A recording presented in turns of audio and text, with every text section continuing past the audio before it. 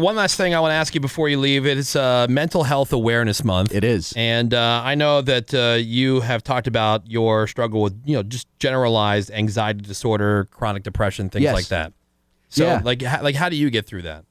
I live with chronic depression and generalized anxiety disorder. It is up and down. Some days I don't feel it at all. Other days, the best way I can describe depression is it's like when you go to the dentist to get x-rays and they put that lead apron on you. Yeah. Mm-hmm. It's like that, except it's around your entire existence and you can't find a way to push it off. That's how depression feels to me. Yeah.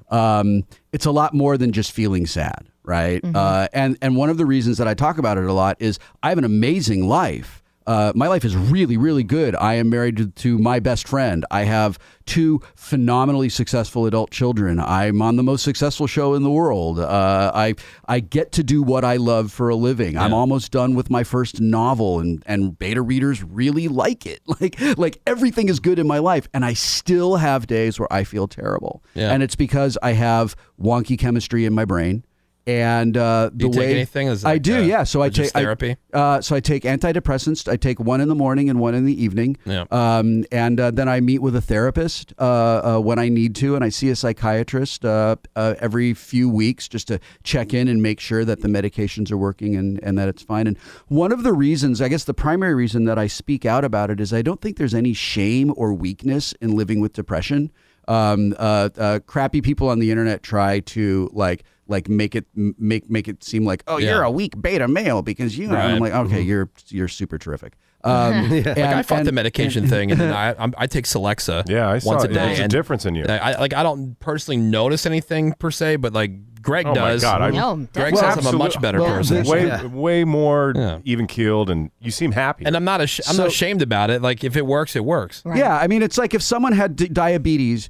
You wouldn't tell them to be ashamed of having diabetes and not take meds for it. If someone had a broken leg, you wouldn't tell them to just wish real hard and hope that the bone heals. You'd be like, man, let's get you to a hospital and get that taken care of. Right. The way that I can describe pre and post medication for me, before I started treatment for depression, it was like I had lived my entire life inside this dark room with no lights and this unbelievably loud noise that I had just gotten used to dealing with. And it was always there. And I didn't even know that there was a way out of this dark room.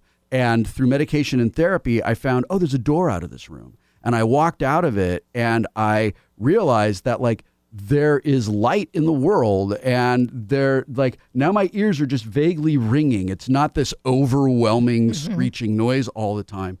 And I didn't realize how bad I felt until I didn't feel that way anymore. And I started to realize things like, I can go do stuff with my friends and have a good time and not talk myself out of it every time, right? I can go fly on an airplane and not be terrified that it's going to crash the entire time. I'm probably going to sit behind an a-hole, but that's okay. I'm totally next to one. I'm totally fine with that. But I speak out about it because there was so much stigma surrounding mental health in my family, and it was my parents treated it like it was something that happened to other people, that it happened because they had failed at something, because it was a reflection on their value as people. And that's not my parents' fault. That's the world they grew up in. Right. And I speak out about it because I suffered for I've had it my whole life, but I really intensely suffered for 15 years. I lost my 20s because I was so severely depressed and I had so much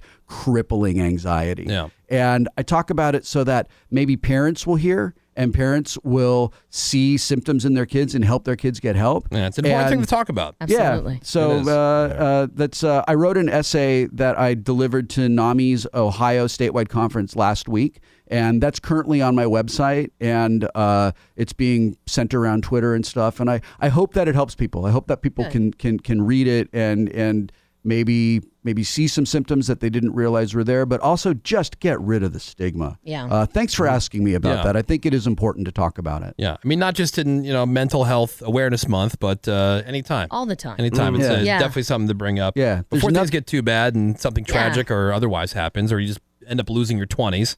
There is someone. And needlessly, you lost your 20s needlessly. Yeah, right. Yeah. Like I was. And you're right. Your life is pretty rad. Yeah, it's great. My life is amazing.